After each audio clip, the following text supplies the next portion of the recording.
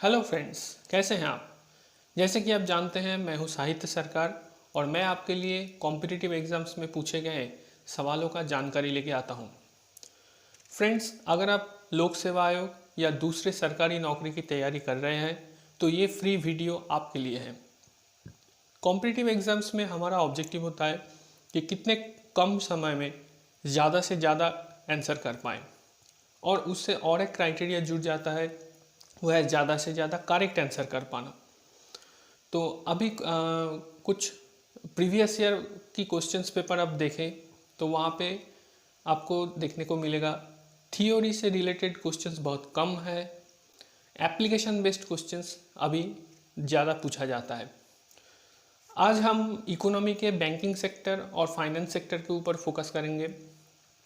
मई 2019 से जनवरी 2020 तक इंडिया में बैंकिंग सेक्टर और फाइनेंस सेक्टर के ऊपर बहुत सारे रिफॉर्म्स हो चुके हैं।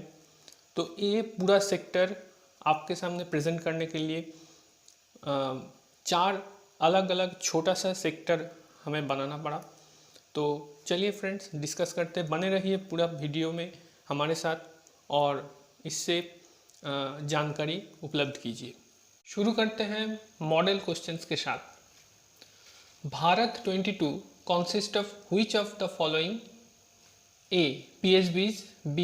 CPSEs, PSBs and SUUTI, C. CPSEs and SUUTI, D. NAC and BAC. 2. Which one of the following is not managed by National Investment and Infrastructure Fund NIIF? A. Master Fund, B. Fund of Funds, C. Strategic Investment Fund, D. Infrastructure Debt Fund. 3. Which of the following is not a payments bank? A. Vodafone MPSA Limited, B. India Post Payments Bank Limited, C. Aditya Birla idea payments bank limited, D. Airtel payments bank limited. Friends, ये सारे जो model questions हैं ये कोई भी competitive exams में पूछे जाने वाले सवाल हैं। तो एप्लीकेशन बेस्ड क्वेश्चन पैटर्न याद रखते हुए ये मॉडल क्वेश्चंस बनाया गया है और ये सारे क्वेश्चंस के आंसर आपको इस फ्री वीडियो के अंदर मिलने वाला है। तो ध्यान से देखिए दोस्तों। हम शुरू करते हैं बैंकिंग सेक्टर और फाइनेंस सेक्टर भाग 1 इकोनॉमी में। Bharat bond ETF। Government launched Bharat bond ETF, India's first corporate bond exchange traded fund comprising debt of state-run companies. This move will allow retail investors to buy government debt. Retail investors can invest in bond markets with smaller amount as low as rupees 1000. Features 1. It is a basket of bonds issued by central public sector enterprises or undertakings or any other government organization bonds. 2. It will have a fixed maturity of 3 and 10 years and will trade on the stock exchange. 3. It will invest in a portfolio of bonds of state-run companies and other government entities. 4. Investors can put in minimum rupees 1000 in Bharat Bond ETF and in multiples of rupees 1000 thereafter. Friends, यहाँ पे जो red marks words आपको दिख रहे हैं ये important keywords हैं। इस कीवर्ड्स के ऊपर बेस करके आपको क्वेश्चंस आ सकते हैं एग्जाम्स में। तो ये कीवर्ड्स आप याद रखने की कोशिश कीजिए और इसके साथ आगे बढ़ते हैं। Exchange traded funds ETFs. The further fund offered to FFO2 of Bharat 22 Exchange Traded Fund ETF, which is a part of government's divestment program, was opened for subscription for anchor investors and for non-anchor investors. What are ETFs? 1. Exchange traded funds. ETFs are mutual funds listed and traded on stock exchanges like shares. 2. In an ETF, one can buy and sell units at prevailing market price on the real-time basis during market hours. 3. Usually, ETFs are passive funds where fund manager does not select stocks on your behalf. Instead, the ETF simply copies an index and endeavors to accurately reflect its performance. What is Bharat 22? Bharat 22 consists of 22 stocks of CPSEs, PSBs and strategic holding of SUUTI. Bharat 22 is well diversified portfolio of 6 sectors: basic materials, energy, finance, FMCG, industrials and utilities. तो friends, Bharat 22 क्या है ये आपको पूछ सकते हैं, तो आप याद रखने की कोशिश कीजिए basic materials, energy, finance, FMCG, industrials and utilities को बेस करके ये भारत 22 बनाया गया है, जहाँ पे सीपीएसई, पीएसबी और एसयूयूटीआई की 22 स्टॉक्स इंक्लूडेड है। तो चलिए इसके साथ आगे बढ़ते हैं।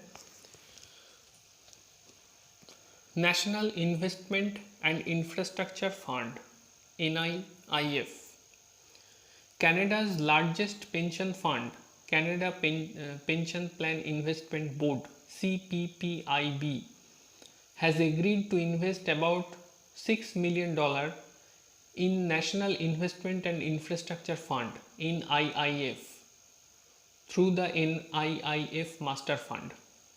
About NIIF. 1. The government had set up a 40,000 crore NIIF in 2015 as an investment vehicle for funding commercially viable greenfield, brownfield and stalled infrastructure projects. 2. The Indian government is investing 49% and the rest of the corpus is to be raised from third-party investors such as sovereign wealth funds, insurance and pension funds, endowments, etc. NIIF currently manages 3 funds: Master Fund, Fund of Funds, Strategic Investment Fund within bracket, each with its distinctive investment mandate. The funds are registered as Alternative Investment Fund AIF with the Securities and Exchange Board of India SEBI. तो friends, ये questions आपको पूछ सकते हैं कि NIIF currently कौन कौन funds को मैनेज करते हैं। देखिए, ये जो रेड मार्क वर्ड्स है ये आपका की वर्ड्स है, ये आप याद रखने की कोशिश कीजिए। चाहे तो इम्पोर्टेंट पॉइंट्स आप नोट डाउन कर लीजिए कि ये फंड्स ऑल्टरनेटिव इन्वेस्टमेंट फंड द्वारा के कैटेगरी में रजिस्टर्ड किया गया है सेबी के अंडर में। तो ये इम्पोर्टेंट पॉइंट्स आप नोट कर लीजिए ज़रूर। और चलिए इसके साथ आगे बढ़ते हैं। अब देखा जाए ऑल्टरनेटिव इन्वेस्टमेंट फंड क्या है। AIF as defined in Securities and Exchange Board of India SEBI Alternative Investment Fund Regulation 2012, AIFs refer to any privately pooled investment fund, whether from Indian or foreign sources, in the form of a trust or a company or a body corporate or a limited liability partnership (LLP). AIF does not include funds covered under SEBI Mutual Funds Regulations 1996, SEBI Collected Investment Schemes Regulations 1999, or any other regulations of the board to regulate fund management activities. Hence, in India, AIFs are private funds which are otherwise not coming under the jurisdiction of any regulatory agency in India. So friends, ये आप ज़रूर note कर लीजिए कि AIF वही funds हैं जो सेबी के रेगुलेटरी जुरिडिक्शन के अंडर आता है। तो अगर इसके इस किसी भी रेगुलेशंस के अंडर कुछ फंड नहीं आता है तो उसे AIF नहीं कहा जाएगा, और वो पहले वाले जो हमने देखा NIIF है उसके अंडर भी नहीं आएगा। तो ये आप ज़रूर याद रखिए। और चलिए इसके साथ आगे बढ़ते हैं।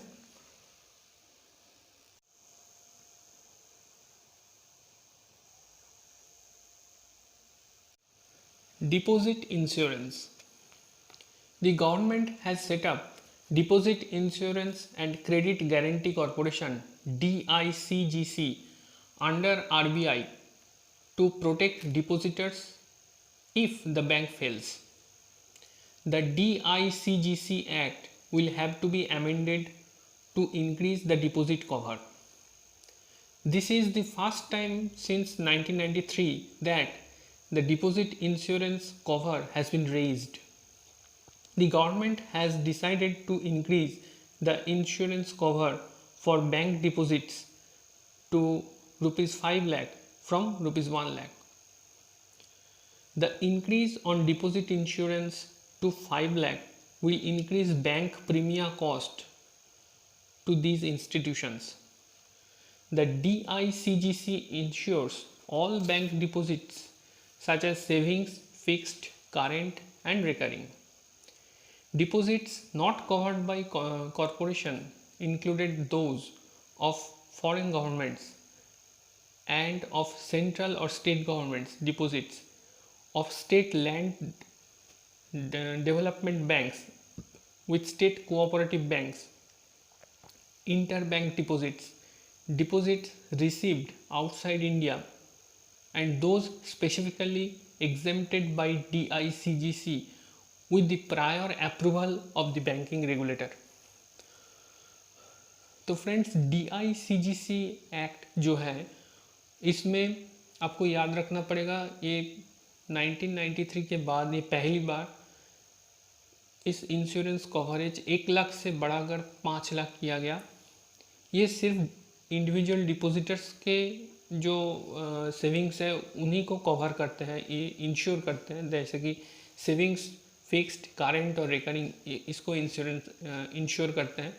लेकिन अगर कोई सरकारी जो डिपॉजिट अकाउंट्स हैं उनको ये कवर नहीं करते, जैसे कि inter bank deposits, deposit cash payment receive from outside from India, या फिर सरकारी कोई जो अकाउंट्स होते हैं, लैंड डेवलपमेंट बैंक्स की जो अकाउंट्स होते हैं, इसको ये कवर नहीं करता।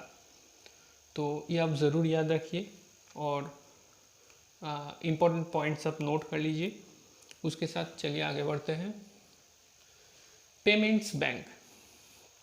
RBI has announced the final guidelines for on-tap licensing of private sector SFBs. SFBs मतलब Small Finance Bank. Payments Bank can apply for conversion into Small Finance Banks SFBs after 5 years of operation. The promoter of the Payments Bank is eligible to set an SFB provided that both banks comes under non-operating financial holding company NOFHC structure. The minimum paid up capital requirements for SFBs has been raised from 100 crore rupees to 200 crore rupees. SFBs should be listed within 3 years of reaching a net worth of rupees 500 crore. They will be given scheduled bank status immediately upon commencement of operations and will have general permission to open banking outlets from the date of commencement of operations. So friends, यहाँ पे आप ये आपको पूछे जा सकते हैं कि पेमेंट बैंक को कितने सालों की ऑपरेशन के बाद स्मॉल फाइनेंस बैंक कन्वर्ट करने की परमिशन मिलेगी, ये भी पूछे जा सकते हैं। और भी जो इम्पोर्टेंट पॉइंट्स हैं वो आप नोट कर लीजिए। इसके साथ चलिए आगे बढ़ते हैं। Operation twist.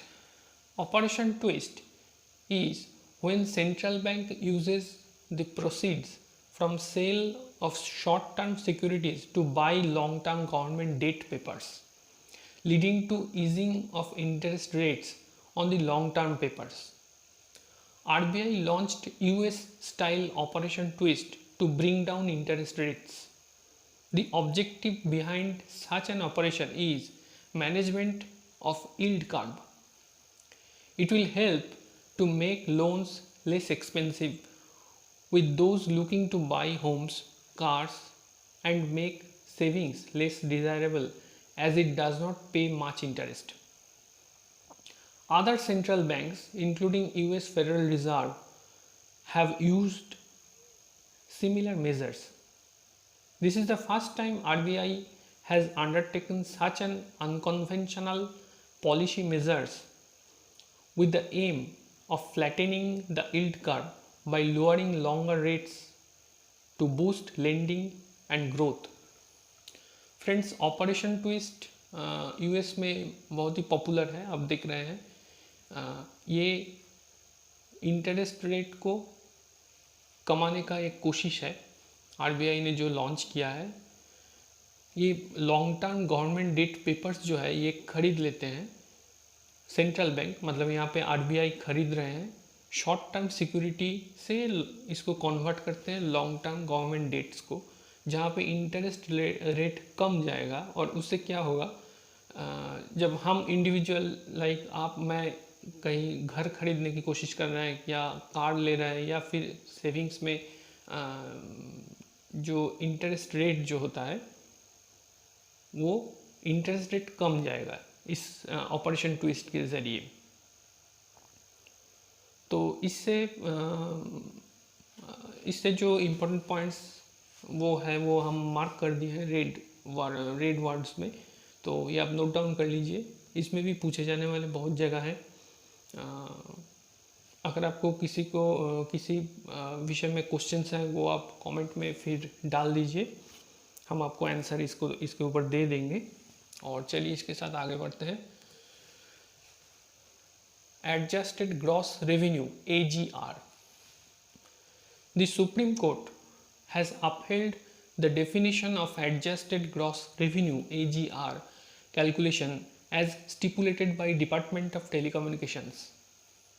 This means that telecom companies will have to pay up as much as rupees 92,642 crore to the government. Adjusted gross revenue AGR is the usage and licensing fee that telecom operators are charged by the Department of Telecommunications. It is divided into spectrum usage charges and licensing fees pegged between 3 to 5% and 8% respectively. As per DOT, the charges are calculated based on all revenues earned by the telco, including non-telecom related sources such as deposit interest and asset sales. Telcos on their part insist that AGR should comprise only the revenues generated from telecom services. तो friends, ये एक मुद्दा है जो telephone companies जो है उनको पे करना है सरकार को।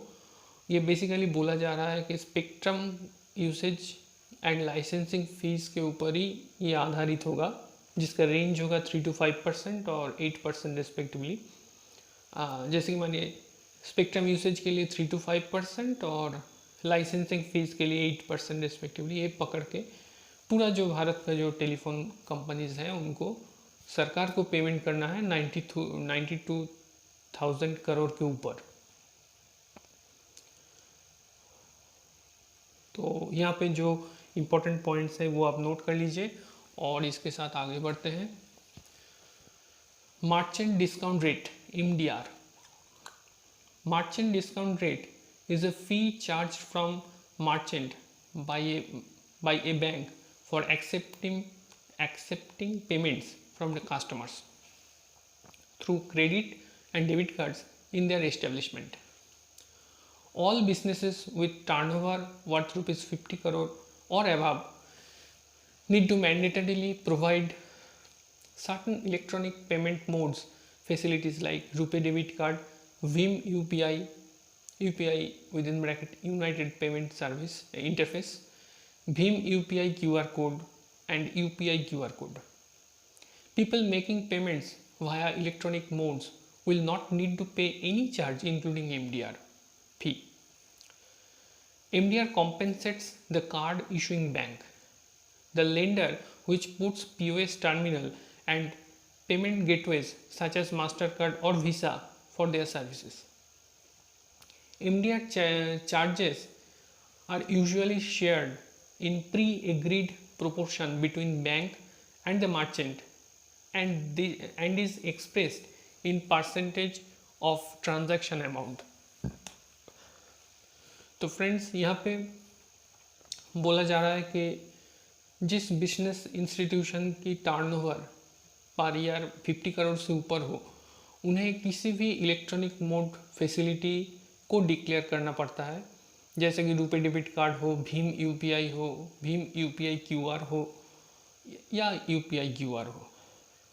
तो ये यूपीआई क्यूआर ये एमडीआर जो है ये डायरेक्ट कंज्यूमर से लिया नहीं जाता। अगर आप पॉस टर्मिनल यूज़ करते हैं और या फिर मास्टर कार्ड और वीसा कार्ड से आप पेमेंट करते हैं पॉस में, तो इशूइंग बैंक इस पेमेंट के ऊपर कॉम्पेंसेट करते हैं और ये डीलिंग्स होता ये ट्रांजैक्शन होता है आपका जो पेमेंट गेटवे है उनसे। तो इसके लिए आपको चार्ज पे करने की ज़रूरत नहीं है। तो इसीलिए ये बोल रहे हैं कि fee charge from merchant by bank for accepting payments from customers. ये आपके पेमेंट लेने के लिए जो कॉम्पेंसेशन वो देने की एक नाम है मर्चेंट डिस्काउंट रेट MDR। तो यहाँ पे बहुत सारे इंपॉर्टेंट इश्यूज है, आप लिख लीजिए इसको और इसके साथ चलिए आगे बढ़ते हैं। Trade deficit. India decided that it won't sign regional comprehensive economic participation agreement RCEP. A key reason that India forwarded for declining to sign on was the existence of trade deficits with many of the constituents of RCEP. What is trade deficit? Simply put, the trade balance of a country shows the difference between what it earns from its exports and what it pays for its imports. B.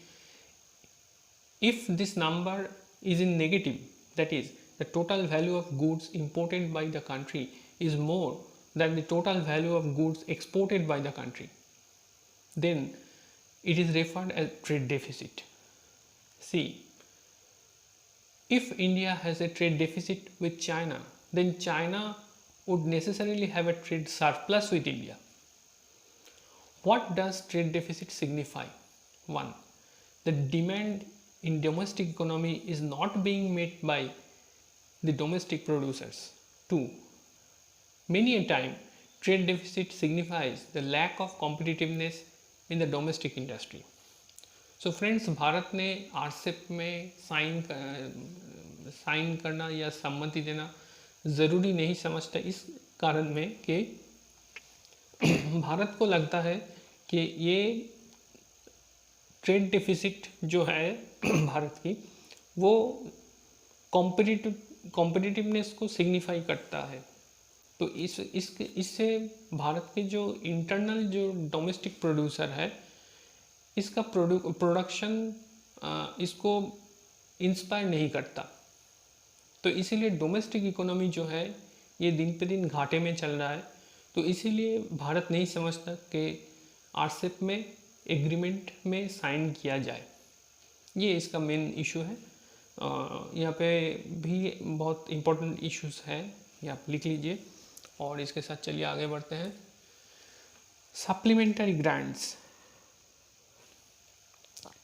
Supplementary additional or excess grants and votes on accounts, votes of credit and exceptional grants are mentioned in the Constitution of India. Article 115, supplementary, additional or excess grants. Article 116, votes on accounts, votes of credit and exceptional grants. Definition: supplementary grants are the additional grant required to meet the required expenditure of the government. When grants authorized by Parliament fall short of the required expenditure, an estimate is presented before the Parliament for supplementary or additional grants. These grants are presented and passed by Parliament before the end of the financial year. When actual expenditure incurred exceeds the approved grants of the Parliament, the Ministry of Finance and Ministry of Railways presents a demand of excess grant. The Comptroller and Auditor General of India bring such excesses to notice of the Parliament. The Public Accounts Committee examines this excess and gives recommendations to the Parliament. The demand for excess grants is made after actual expenditure is incurred and presented to the Parliament after the end of financial year in which expenses were made. तो friends, आज हम banking sector और finance sector के पहली भाग के ऊपर यहाँ पे डिस्कस किए। आई होप के पहले पूछे गए जो मॉडल क्वेश्चंस था उसका आंसर आपको मिल चुका है। अगर आप और भी कुछ जानना चाहते हैं इसके ऊपर तो कमेंट बॉक्स में डाल दीजिए, आपका आंसर मिल जाएगा। और इस चैनल को सब्सक्राइब कर लीजिए और उसके साथ वेट कीजिए, और भी सारे फ्री वीडियोस आपके लिए बन रहे हैं, दूसरे वीडियोस जैसे कि पॉलिटी, हिस्ट्री, जियोग्राफी और भी जो कॉम्पिटिटिव एग्जाम्स में पूछे गए जो जानकारी है वो वीडियोस आपके लिए बन रहे हैं। तो और देखते रहिए quest video series your round the clock guide.